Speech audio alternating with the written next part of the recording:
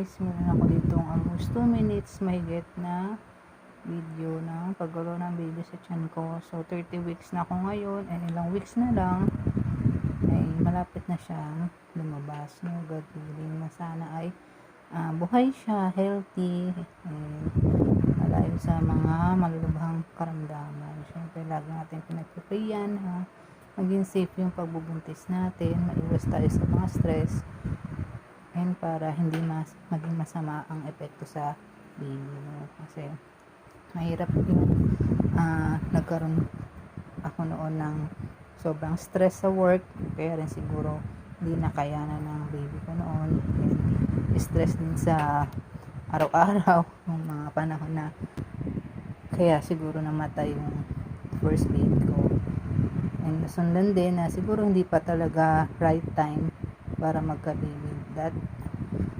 days, no? Kaya hindi pa binigay ni God. So sana itong pinagbubuntis ko ngayon ay sana maging successful, and para maging masaya rin yung mga tao sa paligid natin, yung mga nagmamahal din sa atin. Sana healthy siya, and sana buhay siya, no? Kahit nakakalungkot na naman ay nawalan tayo ng baby, no? Pero kaya natin ito. So gusto ko lang kasi may babalik-balikan akong mga videos and memories, kaya siguro nakapag-vlog ako ng pagbubuntis ko ngayong panahon na to.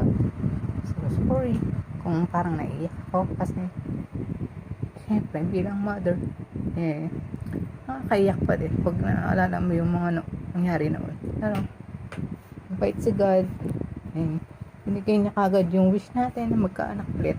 So sana maging okay na talaga.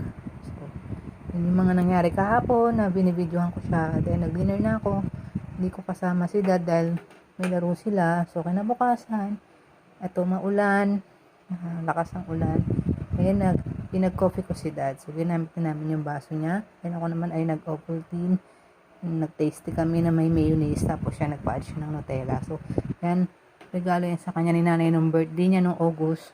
So ayun, so nag-throwback lang tayo ng pictures ko with our pamangkin, and pictures namin ni Dad 2000 something, nakakalimutan ko na.